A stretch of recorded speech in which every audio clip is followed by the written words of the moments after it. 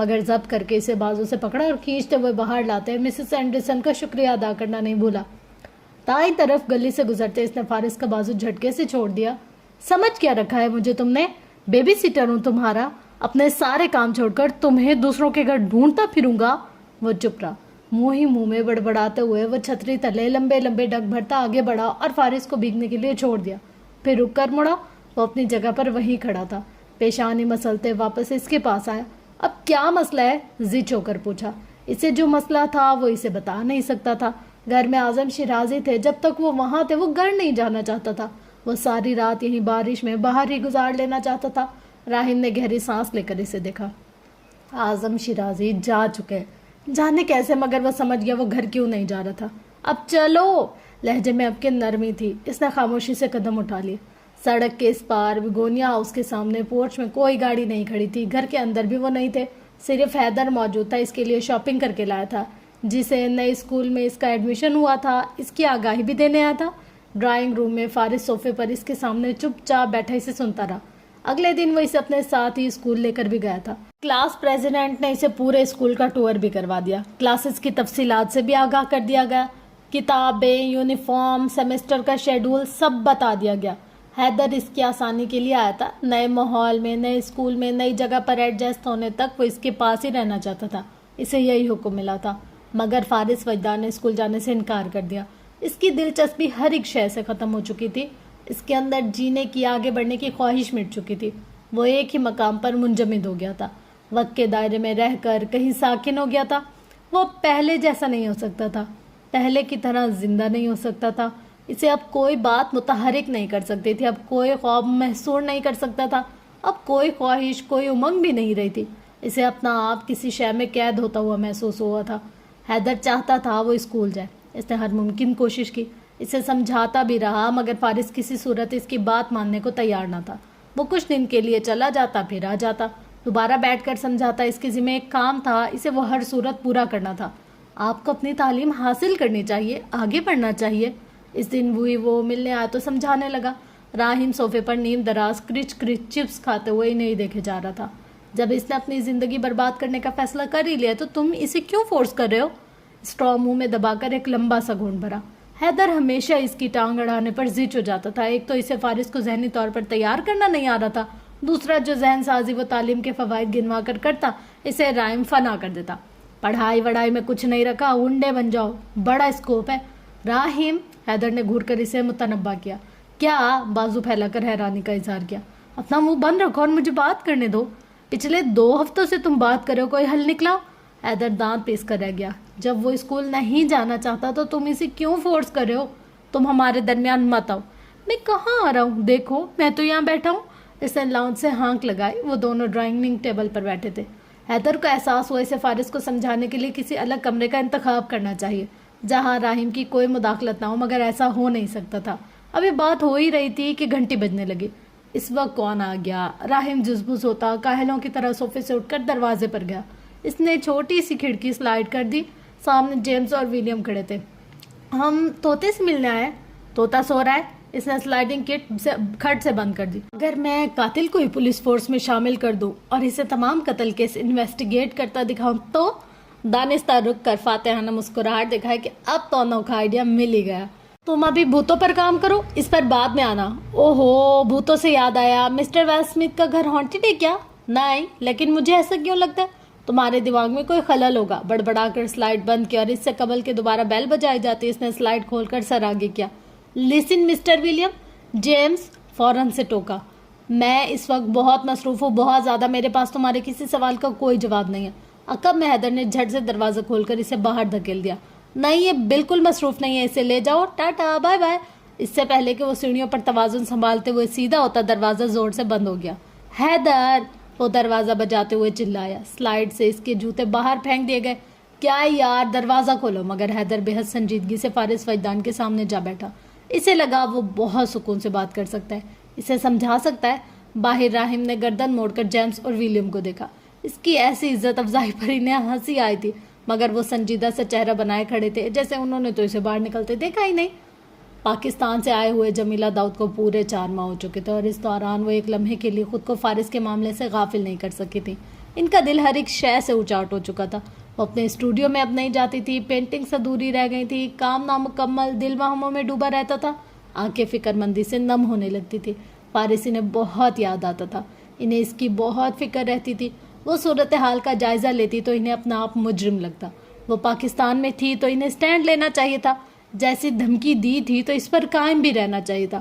انہیں فارس کو چھوڑ کر نہیں آنا چاہیے تھا, انہیں اپنا وعدہ نبھانا چاہیے تھا. جانے اب وہ کیسا ہوگا, کس حال میں ہوگا. اعظم شیرازی نے اب کہ اس کے ساتھ کیا کیا ہوگا, کسی اور شہر میں بھیج دیا ہوگا یا پھر ابھی بھی وہ اسلام آباد میں ہوگا. وہ رات دیر تک جاگتی رہتی, راہداری میں ٹہلتے ہوئے باہر لان میں پہنچ جاتی.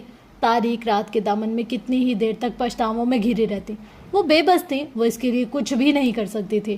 یہ احساس ان کے دل پر بھاری پڑتا تھا. انہیں مین ہنٹ بیچ پر اپنے عالیشان گھر میں ایک پرفیکٹ وائف, ایک پرفیکٹ ماں کے روپ میں رہنا تھا. وہ اپنی ذمہ داریوں سے غافل نہیں تھی, مگر ضمیر کا بوجھ اور حالات کی بے بسی نے انہیں عجیب دوراہے پر لا کھڑا کیا تھا. وہاں جہاں صرف دکھ, اذیت اور پچھتاوے کی سوا کچھ نہیں رہتا. دن بدن ان کی صحت گرتی جا رہی تھی. سوچ اور خیالات نے جذبات کی بھٹی میں دھکیل دیا تھا. ڈاکٹر مصطفیٰ سے ان کا رابطہ نہیں ہو سکا تھا, فارس وجدان سے بھی نہیں ہو سکا. وہ اب کہاں تھا اس کی کوئی خبر نہ تھی. سکون ختم, بے قراری انگ انگ میں سما چکی تھی. وہ بیمار ہو کر بستر سے لگے. اعظم شیرازی امریکہ آئے تو ان کی حالت دیکھ کر دنگ رہ گئے. وہ برسوں کی بیمار لگ رہی تھی. یہ کیا حالت کر لی ہے تم نے اپنی. وہ بیڈ پر نیم دراز تھی اور وہ ان کے پاس کرسی پر بیٹھے تھے. بہو تھی, بیٹیوں جیسی تھی. اس کی ایسی حالت دیکھی نہ گئی. وہ چپ رہی. کوئی شکوہ اور شکایت نہیں کی, کوئی حوالہ نہیں دیا, کوئی مطالبہ نہیں کیا. وہ پتھر تھے, ان کا دل موم نہیں ہو سکتا تھا. ان کی خواہش ناممکن سی تھی. وہ کچھ دیر تک بیٹھے رہے. شام میں دوبارہ بھی آئے. بیڈ سائڈ ٹیبل پر ایک صفحے پر کچھ لکھ کر رکھ دیا. چلے گئے تو انہوں نے اٹھا کر دیکھا. بیگونیا ہاؤس, مکمل ایڈریس. نیچے عبارت تھی, اب لندن تم اس حال میں تو جا نہیں سکو گی. اور وہ صدمے سے گنگ اپنی جگہ بیٹھی رہ گئی. آنکھوں پر یقین نہیں آیا, نظر دھندلی ہونے لگی, دل ساکت ہونے لگ گیا. سر اٹھا کر دروازے کی طرف دیکھا. کاغذ مٹھی میں لیے لحاف ہٹا دیا. کس قدر کوشش سے قدم اٹھاتی باہر آئی. ممی آپ یہاں. حماد فریج سے کچھ نکالا تھا, فوراً ان کے پاس آ گیا. تمہارے دادا کہاں ہیں. وہ تو چلے گئے, 9 بجے ان کی فلائٹ ہے جرمنی کی. پاپا بھی ساتھ جا رہے ہیں. آپ سو رہی تھی اس لیے جگایا نہیں میں نے. وہ انہیں کندھوں سے تھامے کھڑا تھا. ان کی آنکھیں نم ہو رہی تھی. وہ ایک دم سے روتے ہوئے نیچے بیٹھ گئے. ممی. ان کے دل پر بڑا بوجھ تھا. انہیں لگ رہا تھا وہ مر جائیں گی. انہوں نے سسکتے ہوئے آنکھوں پر ہاتھ رکھا.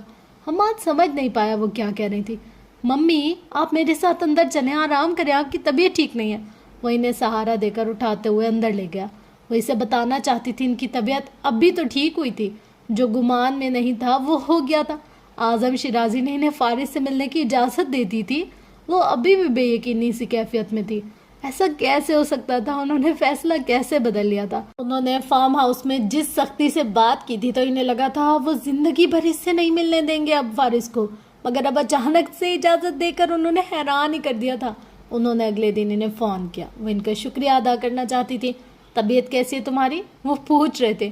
بہتر ہوں, وہ اتنا ہی کہہ سکی. بہتر ہی رہنی چاہیے, اپنا خیال رکھو لڑکی. ان کے لہجے میں شفقت بھرا تحکم تھا. انہوں نے لب کاٹتے کھڑکی سے باہر ساحل سمندر کی طرف دیکھا. بابا میں آپ کا شکریہ ادا کرنا چاہتی ہوں. آپ کا یہ احسان میں کبھی نہیں بھولوں گی. دوسری طرف وہ کچھ دیر تک خاموش رہے. فارس کے ساتھ تمہارے رابطے کا اثر ہماری فیملی پر نہیں پڑنا چاہیے, حماد پر بالکل بھی نہیں. ان کا لہجہ پھر سے سخت اور تہکمانہ ہو گیا. میں نہیں چاہتا تم اپنی صحت کے حوالے سے لاپرواہی برتو یا اپنی زندگی سے اس طرح بیزار ہو جاؤ. سنجیدگی سے مزید سمجھایا. میں کوشش کروں گی. انہوں نے کہا. دل سے بھاری بوجھ سرک گیا. دعائیں رنگ لے آئی تھی. کبھی سوچا بھی نہ تھا کہ اعظم شیرازی اس طرح انہیں اجازت دیں گے. کسی دن ان کا دل اس کے لیے بھی نرم ہو جائے گا. انہوں نے دعا کی تھی اور بہت دل سے دعا کی تھی. اگلے دن حیدر آیا تو 15-20 منٹ تک بند کمرے میں وہ فارس سے بات کرتا رہا. راہم نیچے تھا, پاپ کارن کھاتے ہوئے کوئی فلم دیکھ رہا تھا. ہر تھوڑی دیر بعد نظر اٹھا کر سیڑھیوں کی طرف ضرور دیکھ لیتا. جانے کیا بات ہو رہی تھی. پھر وہ اسے اپنے ساتھ لے کر چلا گیا. شام تک واپسی ہوئی. اس کے پوچھنے پر حیدر نے بتایا کہ وہ اسے سائیکیٹرسٹ کو دکھانے کے لیے لے گیا تھا. اگلا سیشن 1 ہفتے بعد تھا اور اس طرح کے کئی سیشن اگلے کئی مہینوں تک چلنے والے تھے. وہ ذہنی طور پر بہت ڈسٹرب تھا. اس بات کا ادراک اسے بھی تھا. اس طرح سائیکیٹرسٹ کو دکھانے سے بہتر نہیں ہے کہ اعظم شیرازی صاحب اب اسے اس کی فیملی کے حوالے کر دیں.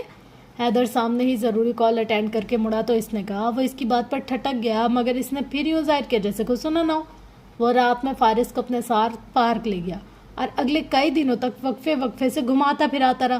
خیال تھا اس سے اس کی نفسیات پر اچھا اثر پڑے گا، مگر اس نے محسوس کیا وہ مزید ڈسٹرب ہو جاتا تھا۔ اسے واپس گھر جانے اور اپنے کمرے میں بند ہو جانے کی جلدی ہوتی تھی۔ اس کے ساتھ جو کچھ ہوا تھا حیدر کو اس کا بہت افسوس تھا۔ وہ صحیح معنوں میں اس کے لیے فکر مند نظر آ رہا تھا۔ وہ چاہتا تھا فارس اسکول جانا شروع کر دے، مگر فارس اپنا ارادہ بدلنے کو تیار نہ تھا۔ حیدر مایوس ہو کر چپ ہو گیا، جانے کس کی ہدایت اور حکم پر کہ دوبارہ گھر میں پڑھائی یا اسکول کا بھی ذکر نہ کرنا۔ راہم نے تو خود کو ویسے بھی ان معاملات سے دور کر رکھا تھا، اس کا جو کام تھا وہ صرف وہی کر رہا تھا۔ حیدر نے بھی اسے قائل کرنا چھوڑ دیا اور پھر ایک صبح وہ بگونیا ہاؤس سے ہی چلا گیا۔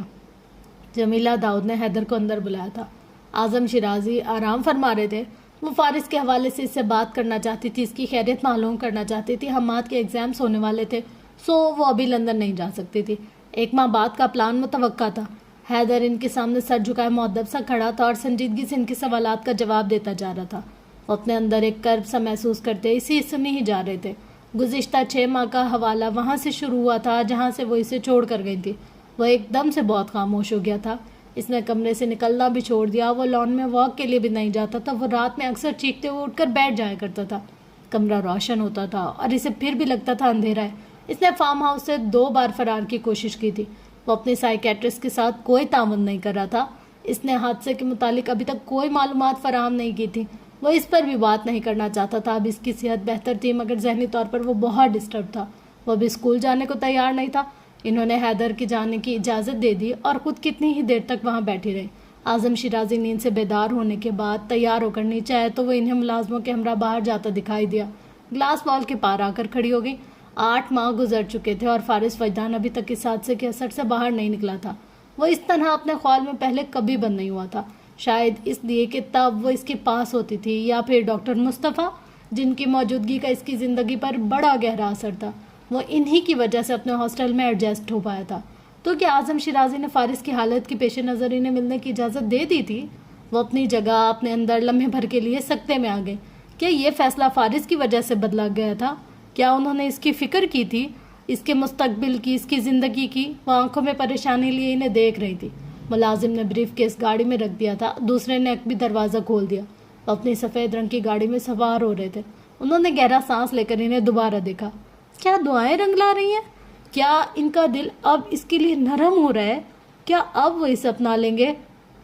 ذہن میں ایک مثبت خیال اجاگر ہوا۔ انہوں نے امید قائم رکھی، دعا جاری رکھی۔ سب ٹھیک ہو جائے گا، زیر لب دہراتے اپنے سسر کو دیکھا۔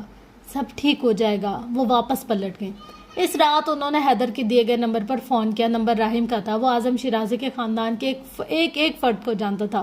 ان سے بات کرتے ہی انہیں پہچان گیا۔ وہ فارس سے بات کرنا چاہتی تھی۔ اس نے کچھ ہی دیر میں موبائل فارس کو دے دیا۔ اس نے صرف ہیلو کہا اور ان کی آنکھیں نم ہو گئی۔ جانے کیوں ہی نہیں لگ رہا تھا وہ ان کی آواز سنتے ہی فون بند کر دے گا۔ انہوں نے اپنا وعدہ پورا نہیں کیا تھا۔ وہ اسے چھوڑ کر چلی گئی تھی۔ وہ چپ تھی، ان سے کوئی بھی لفظ ادا نہیں ہو رہا تھا۔ وہ نہیں چاہتی تھی فارس فون بند کر دے۔ فارس، ممی، وہ انہیں جان گیا، پہچان گیا۔ اسے اس طرح سے فون صرف وہی کر سکتی تھی، مگر اسے بھی یقین نہیں آیا۔ انہوں نے اسے فون کیسے کر لیا؟ وہ اس تک کیسے پہنچ گئی؟ سر اٹھا کر راہم کو دیکھا۔ وہ اپنے طوطے کے ساتھ باتوں میں لگا ہوا تھا۔ اس نے فون بند نہیں کیا، گرفت بڑھائے کھڑا رہا۔ ان سے بولا نہیں جا رہا تھا، اس سے بھی نہیں کہ ذہن ایک دم سے خوف اور اندیشوں میں گھر گیا تھا۔ وہ نہیں چاہتا تھا مزید کوئی بدمزگی ہو یا اس کے دادا جمیلہ داؤد پر غصہ کرے۔ وہ نہیں چاہتا تھا وہ اس کے لیے لڑے یا کوئی سٹینڈ لے۔ فارس، انہوں نے پکارا۔ اس نے جواب نہیں دیا، کافی دیر تک نہیں دیا۔ اس طرح نہیں کرو، مجھ سے بات کرو بیٹے۔ ان کی آواز بھیگی ہوئی تھی۔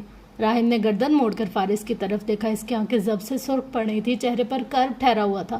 اس عرصے میں پہلی بار اس نے فارس وجدان کے تاثرات بدلتے دیکھے تھے۔ مجھے معاف کر دو، اپنی ممی کو معاف کر دو، میں تمہیں چھوڑ کر چلی گئی، آپ مجھے فون مت کریں۔ بولا تو یوں جیسے کافی عرصے بعد بولنے کی طاقت ملی ہو۔ جمیلہ کے دل پر ضرب لگی۔ وہ ڈرا ہوا نہیں تھا، وہ جانتی تھی فارس یہ بات ان کی فکر میں کہہ رہا تھا۔ وہ خود کو ہر صورت ان سے دور رکھنا چاہ رہا تھا۔ اس نے فون بند کر دیا۔ اس کے بعد جتنی بار انہوں نے کوشش کی، فارس نے ان سے بات نہیں کی۔ صبح سویرے فارس وجدان کو اسکول یونیفارم میں ملبوس دیکھ کر راہم اپنی جگہ گنگ رہ گیا۔ جس طرح کی ضد اس نے باندھی تھی اسکول نہ جانے کی، اور جس قدر ہٹ دھرمی کا مظاہرہ کرتے ہوئے اس نے حیدر کو تنگ کیا تھا، تو اب اچانک اسکول جانے کا فیصلہ کر کے اس نے حیران کر دیا۔ وہ کچھ دیر تک مشکوک نگاہوں سے اسے دیکھتا رہا۔ کسی سائے کی طرح دن رات اس کے ساتھ مسلط رہنے کے باوجود وہ اس کی سوچ کو کسی طور پڑھ نہیں پا رہا تھا، نہ ہی اس کے ارادوں کو سمجھ پا رہا تھا۔ ذہن میں ایک لمحے میں بہت کچھ گھوم گیا۔ اسکول کے بہانے وہ کہیں فرار ہونے کا تو نہیں سوچ رہا، یا پھر اسکول کی بلڈنگ سے چھلانگ لگانے کا تہیہ کیا ہوا ہو، کہیں اسکول میں کوئی مسئلہ کھڑا کر کے اعظم شیرازی کے لیے مسائل تو پیدا نہیں کرنا چاہ رہا۔ تم تو کہتے تھے کبھی اسکول نہیں جاؤ گے، اچانک کیا بدل گیا؟ مجھے لگتا ہے انتقام کے لیے اسکول جانا بہت ضروری ہے۔ راہیم کی بولتی صحیح معنوں میں بند ہوئی۔ انتقام؟ کیسا انتقام؟ کس نوعیت کا انتقام؟ اسے سمجھنے کے لیے مسلسل 1 ہفتے تک اسے فارس کے ساتھ اس کے اسکول جانا پڑا۔ وہ کلاس کے اندر، بریک کے وقت، پلے گراؤنڈ میں، ہر جگہ ایک گارڈ کے روپ میں اس کے ساتھ رہا۔ پورے 1 ہفتے بعد وہ اس نتیجے پر پہنچا کہ فارس وجدان کا فوکس اپنی پڑھائی کے سوا کہیں اور نہیں تھا۔ پورے 1 ہفتے کی بے آرامی کے بعد وہ پرسکون ہو کر سویا۔ دوپہر میں اسکول کی طرف سے کال آ گئی۔ اس نے کسی لڑکے کا بازو توڑ دیا تھا۔ اس نے بازو نہیں توڑا تھا، صرف ایک سینئر لڑکے کے تنگ کرنے پر اپنا دفاع کرنے کی کوشش کی تھی، اور نتیجتاً وہ اپنے ہی وزن سے الجھ کر سیڑھیوں سے گر کر اپنا بازو توڑوا بیٹھا۔ سینئر لڑکا بضد تھا، اسے سیڑھی سے جان بوجھ کر اس وقت گرایا گیا جبکہ وہ کچھ بھی نہیں کر رہا تھا۔ لڑکا موٹا تھا اور لمبا تھا، اسے سیڑھیوں سے پکڑ کر گرانا کم از کم فارس کے بس کی بات نہیں تھی۔ راہم نے پوری صورتحال کا تجزیہ کر کے بحث مباحثے میں موٹے لڑکے کی اماں کو ایسا الجھایا کہ وہ بوکھلا گئے۔ فیک شہادتوں کے باوجود پرنسپل کو ماننا پڑا کہ غلطی اس لڑکی کی تھی۔ اتنی مشکل پورے مسئلے سے جان چھڑا کر وہ اسے گھر لایا، اور پھر جو شروع ہوا تو 10-15 منٹ تک مسلسل برستا گرجتا ہی رہا۔ تم ایک بار واضح طور پر ہمیں بتا دو کہ تم چاہتے کیا ہو، ہم تمہاری اعظم شیرازی صاحب کو بھی بتا دیں گے، اور پھر وہ تمہارا کوئی مستقل حل دیکھیں گے۔ اس کا کوئی مستقل حل نہیں تھا۔ وہ چپ چاپ بیٹھا رہا۔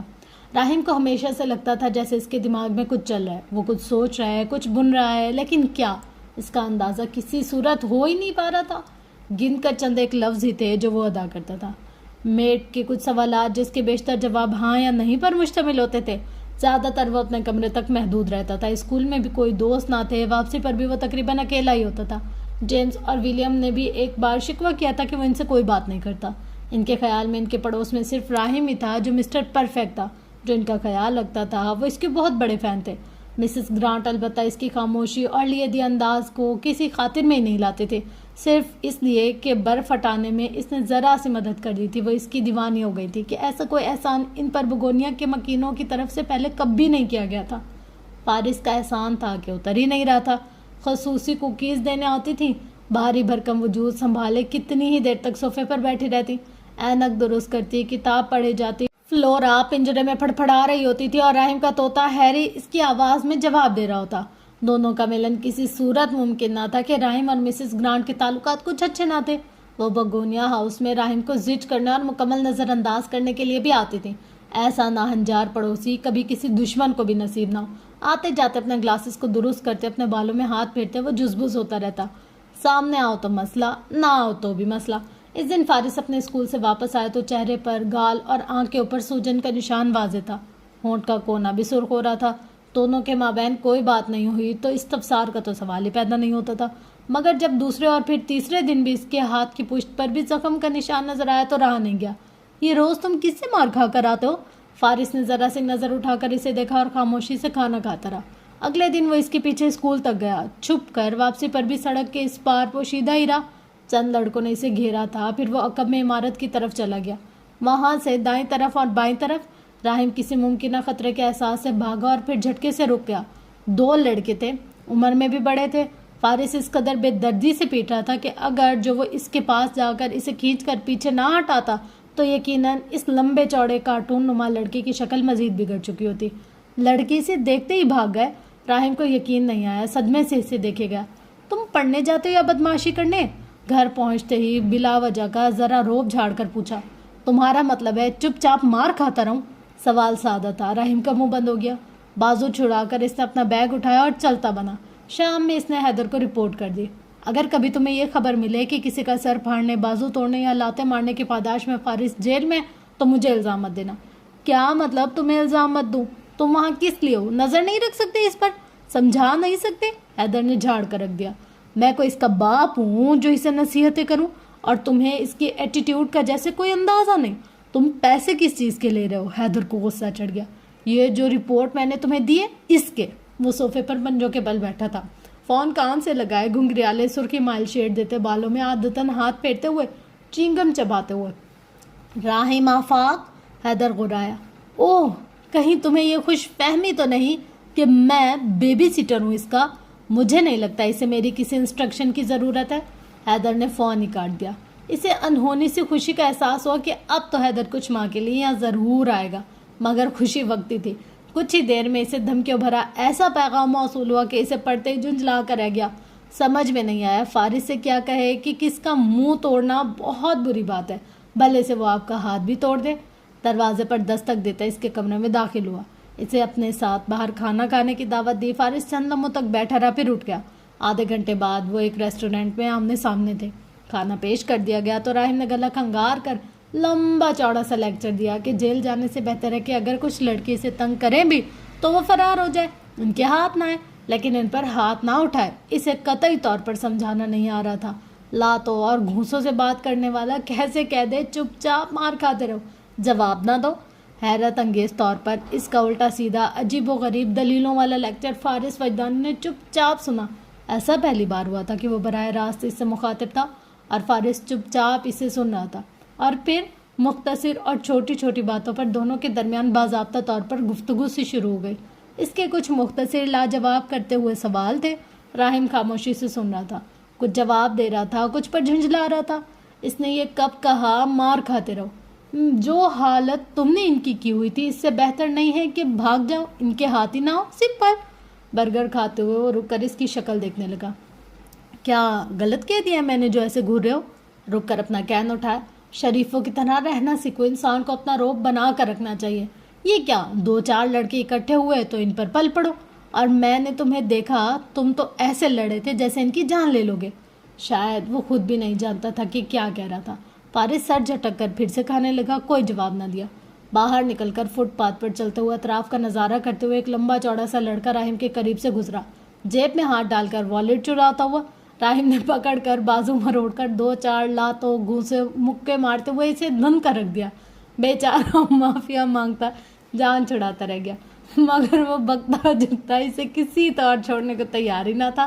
اور جب اسی ہاتھا پائی میں فارس پر نظر پڑی تو اسے ایک دم سے صبر و تحمل کی اس مثال کا خیال آیا جو وہ فارس پر قائم کرنا چاہتا تھا. گرفت ڈھیلی ہوئی, شریفوں کی طرح رہنے والا سارا امیج برباد ہو گیا. لڑکا اپنی جان بچا کر بھاگا. راحم برف پر مردہ سا ڈھہ گیا.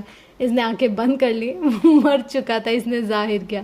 فارس نے بھی یقین کر لیا, کچھ بھی کہے بغیر وہاں سے چلا گیا. رات کا جانے کون سا پہر تھا. اس کی ایک جھٹکے سے آنکھ کھل گئی اور وہ اٹھ کر بیٹھ گیا, سر تھامے بمشکل سانس لیتے ہوئے, ہانپتے ہوئے, یوں جیسے ملو دوڑ کر آ رہا ہو. باہر بارش ہو رہی تھی. بجلی گھن گرج اور کڑک کی آواز پر تھوڑی دیر بعد فضا پر چھا جاتی. اسے اپنے سینے میں درد اٹھتا ہوا محسوس ہو رہا تھا. اس کا سر پھٹ رہا تھا. سماعت میں مخصوص آوازیں ہتھوڑے کی طرح برس رہی تھیں. مخصوص دھن کی آواز, فائرنگ, کار ایکسیڈنٹ کے دوران جب دھماکے سے شیشے ٹوٹے تھے اور جب اسے گولی لگی تھی. وہ روتے ہوئے آگے کو جھک گیا. کمرے کا دروازہ ہمیشہ کی طرح ہلکا سا کھلا تھا. راحم راہداری سے گزر رہا تھا, ٹھٹک کر رک گیا, دروازے تک آیا اور پھر اپنی جگہ کھڑا رہ گیا. فارس فجدان کو اس طرح بگونیا ہاؤس میں رہتے ہی 3را مہینہ تھا اور اس عرصے میں پہلی بار وہ اسے سر پکڑ کر اور اس قدر بے بسی سے روتا دیکھ رہا تھا. اس کی سسکیاں بارش کے شور میں بھی نمایاں ہو رہی تھی. اس کا وجود بری طرح سے کانپ رہا تھا. وہ چھوٹے بچوں کی طرح رو رہا تھا. وہ اندر داخل ہوتے ہوتے رک گیا. اس کی آواز سنتے ہی اپنی جگہ کھڑا رہا. ایک بار پھر تکیے پر سر رکھتے فارس نے اپنے کان پر دوسرا کشن رکھا, یوں جیسے کسی شور کو دبانا چاہ رہا ہو. وہ یوں پریشان اور بے چین تھا جیسے انگاروں کے بستر پر لیٹا ہو اور اسے کسی پل سکون نہ آتا ہو. ذرا سی خاموشی چھائی تو وہ چپ چاپ واپس پلٹ گیا.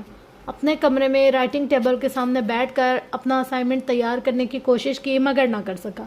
ذہن مسلسل الجھا رہا. کچھ دیر بعد پھر اٹھ کر گیا تو وہ بظاہر سوتا ہی نظر آیا, مگر اس کے علم میں نہ تھا وہ سچ مچ میں سو گیا تھا یا پھر جاگ رہا تھا. وہ اس کے سر پر کھڑا تھا. کیا اس کی ہر رات ایسی ہی ہوتی تھی؟ اس نے پہلے دھیان کیوں نہیں دیا, پہلے خیال کیوں نہ کیا؟ وہ سوچ کر رہ گیا. اگلے دن اس کا اچانک ہی کلائمبنگ سینٹر جانے کا ارادہ بن گیا. فارس کو بھی آفر کر دی. اس کا خیال تھا وہ بس یوں ہی آؤٹنگ کے بہانے ساتھ لے جایا گیا. مگر وہاں جا کر پتہ چلا وہ صرف ایک بہانہ نہیں تھا، وہ اسے انرول کرنے کے لیے اپنے ساتھ لایا تھا۔ کاسل کلائمبنگ سینٹر میں نہ صرف مسز گرانٹ موجود تھی بلکہ جیمز اور ولیم بھی اپنی ماں کے ساتھ آئے ہوئے تھے۔ راہیم تمہارا بہت شکریہ، میں تو یہ سوچ رہی تھی کہ انہیں سوئمنگ کلب میں داخل کروا دیتی ہوں، مگر یہ ذہن میں نہیں آیا۔ اب تم بھی یہاں ہوتے ہو تو مجھے بہت تسلی رہے گی۔ شکریہ کی کوئی بات نہیں ہے، میرے لیے اعزاز کی بات ہے کہ میں آپ کے کام آیا ہوں۔ جیمز اور ولیم نے اسے آنکھوں ہی آنکھوں میں کھا جانے کی کوشش کی تھی، جواباً اس نے بھی ان کی ماں کی نظروں سے بچتے ہوئے منہ چڑھایا تھا۔ جانتا تھا ایک کو بلندی سے ڈر لگتا ہے، دوسرا کچھ موٹا تھا تو چڑھنے میں دقت ہوتی تھی۔ فارس البتہ خاموش تھا، وہ صورتحال کو سمجھنے کی کوشش کر رہا تھا۔ میں نے ایسی کسی خواہش کا اظہار نہیں کیا تھا، جانتا ہوں میں اپنی خواہش پر تمہیں یہاں لایا ہوں۔ مہینے کی ممبرشپ کی بات ہے، لیکن سوچ رہا ہوں سالانہ کر دوں۔ قلم کے ساتھ ہی اسے فارم پکڑا ہے۔ اب کس کا حکم آیا؟ بھویں اچکاتے ہوئے وہ اس کی طرف مڑا۔ حکم؟ یوں انجان بنا جیسے کچھ پتہ ہی نہ ہو۔ فارس نے لب بھینچ لیے، وہ سر گھچاتا اس کے پاس آیا۔ تمہاری وجہ سے میں اپنے بہت سے اہم کاموں سے بریک لے چکا ہوں، لیکن یہ نہیں چھوڑ سکتا، 3 ماہ کا بریک کافی ہے۔ اب کہ فارس نے سوالیہ آبرو اٹھائے، تمہیں اگر ذرا دیر کے لیے بھی گھر میں چھوڑ دوں تو حیدر ریئیکٹ کرتا ہے جیسے کوئی الارم بم میں گھر میں رکھ کر وہ بس ٹک ٹک ٹک ٹک پھٹنے ہی والا ہوں۔ اب میں ہر وقت تو گھر بیٹھ کر تم پر نظر نہیں رکھ سکتا، اس لیے میں نے سوچا جب باہر کہیں جانا ہوگا تو تم میرے ساتھ ہی جاؤ گے، تب تک جب تک حیدر کو یقین نہیں ہو جاتا کہ تم میرے ساتھ بھی اور میرے بغیر بھی بالکل سیف محفوظ ہو۔ سنجیدگی سے کہہ کر مڑ گیا۔ فارس کچھ دیر تک بیٹھا رہا، پھر اس نے فارم فل کر دیا۔ Mrs grant castle climbing centre کی ریگولر ممبر تھی، اسے وہاں دیکھ کر بہت خوش ہوئی اور پھر جیسے یہ ویکینڈ کا معمول بن گیا۔ وہ راہیم کے ساتھ وہاں آنے لگا۔ پڑھائی کے علاوہ یہ پہلی سرگرمی تھی جس میں وہ حصہ لے رہا تھا۔ اسے راک کلائمبنگ کے دوران اپنا فوکس گرفت میں آتے پتھروں پر جمانا ہوتا تھا، خود سے طے کرنا ہوتا تھا اسے کب کس طرف جانا ہے اور کس پتھر پر گرفت بڑھا کر نیچے کس مقام پر اپنا وزن رکھنا ہے۔ کئی بار وہ کریش پیڈ پر توجہ کے فقدان کے باعث گرا تھا اور کئی بار اسے چوٹیں بھی آئی تھی۔ بولڈنگ میں اتنا وقت لے رہے ہو، راک کلائمبنگ میں اللہ ہی حافظ ہے، راہیم ٹہلتے ہوئے کہے جا رہا تھا۔ گرنے سے ڈرتے ہو، مسلسل گر بھی رہے ہو، اپنے بازو سیدھے رکھو، جوتے کی نوک پر وزن جماؤ۔ وہ اس کے ساتھ ساتھ ہوتا اور انسٹرکشن دیتے جاتا۔ تمہاری گرفت مضبوط ہونی چاہیے، توازن برقرار نہ رکھنے کی صورت میں گرنے کا بھی ایک طریقہ ہوتا، گرو تو اس طرح کہ پاؤں میں موچ نہ آئے، نہ کوئی چوٹ لگے، آپ دوبارہ بھی اٹھ سکیں، پھر سے کوشش کر سکیں۔ مسز گرانٹ وہاں کھڑی رہتی ہیں، وہ اس کی ہر حرکت کو ملاحظہ کرتی، اس کے حوالے حوصلے بھی بڑھاتی اور اس کے حوالے سے جو تشویش ہوتی وہ بھی بتاتی۔ وہ جب گرتا تو سراہنے لگتی، اٹھنا اگر خاص ہے تو گرنا بھی کوئی عام بات نہیں۔ رات سونے سے پہلے کلائمبنگ سینٹر کا منظر اس کی آنکھوں میں چل رہا ہوتا، جاگنگ سے تھکا ہوا ہوتا تو فوراً نیند بھی آ جاتی۔ وہ اب خود میں توانائی سے محسوس کر رہا تھا، اندر کا شور تھمنے لگا، درد اور تکلیفوں سے کچھ دیر کے لیے توجہ ہٹ رہی تھی۔ سوچنے اور فکر کرنے کے لیے اسے کوئی اور مقصد مل گیا تھا، اسے خود کو تھکانا پڑا اور اس نے تھکا دیا، مشقت میں پورا زور لگا دیا، اسے کچھ وقت لگا اور وہ سیکھ گیا۔ جتنا فارس کو سپورٹ کرتی ہیں اس سے تھوڑا سا بھی ہمیں کرتی تو ہم بھی کاسل اسٹیٹمنٹ فورس پاس کر لیتے۔ جیمز اور ولیم ابھی تک بولڈنگ میں ہی اٹکے ہوئے تھے اور بغیر کسی کی سرپرستی کے ان سے کچھ بھی نہیں ہوتا تھا۔ ان کے برعکس فارس روم کلائمبنگ شروع کر چکا تھا اور دن بدن بہتر ہوتا جا رہا تھا، اور نہیں تو کیا، ولیم نے بھی اپنا حصہ ڈالا۔ وہ تو اپنے کیفے میں ہمیں گھسنے بھی نہیں دیتے اور فارس وہاں سارا دن بیٹھ کر ہوم ورک کرتا ہے۔ کہتے ہیں رائٹرز کے لیے ایسی جگہ بہت اچھی ہوتی ہے، ونڈو سائڈ پر بیٹھ کر اگر کچھ سوچو تو اچھے آئیڈیاز ذہن میں آتے ہیں۔ وہ رائٹر تھا، اسے جگہوں کی بہت فکر رہتی تھی۔ پچھلے بینچ پر راہیم آنکھوں پر بازو رکھے چت لیٹا تھا، اٹھ کر بیٹھ گیا، دونوں بھائیوں کی گردن میں بازو ڈالتے ہوئے جھکا۔ یہ سارا برف کا کمال ہے برو، تم لوگ بھی یہ ٹرک آزما لو، سب ٹھیک ہو جائے گا۔ کیسی ٹرک؟ فارس نے مسز گرانٹ کے گھر کے سامنے سے برف ہٹانے میں مدد کی تھی اور دیکھو، اس نے آنکھوں سے سامنے اشارہ کیا۔ فارس نیچے اترا تھا اور مسز گرانٹ اسے پانی کی بوتل دے رہی تھی۔ جیمز اور ولیم کی آنکھیں ایک دم سے پھیلیں، صرف اتنی سی بات پر اتنی مراد، ریلی؟ انہیں یقین نہیں آیا۔ اور نہیں تو کیا، آزما کر دیکھ لو۔ تو کیا پھر وہ ہمیں اپنے کیفے میں بھی بیٹھنے دیں گی، کھڑکی کے پاس سارا دن؟ راہیم کندھے اچکاتا واپس بینچ پر دراز ہو گیا۔ اگلے دن چھٹی تھی، صبح ہی وہ دونوں بروم اٹھائے مسز گرانٹ کے گھر پہنچ گئے، ڈرائیو وے سے برف ہٹانے لگے۔ اب انہیں تب تک وہاں کھڑے ہو کر یہ کام کرنا تھا جب تک کہ مسز گرانٹ انہیں دیکھ نہ لیتی۔ انہیں نہیں پتا تھا مسز گرانٹ 9 بجے سے پہلے نہیں اٹھتی۔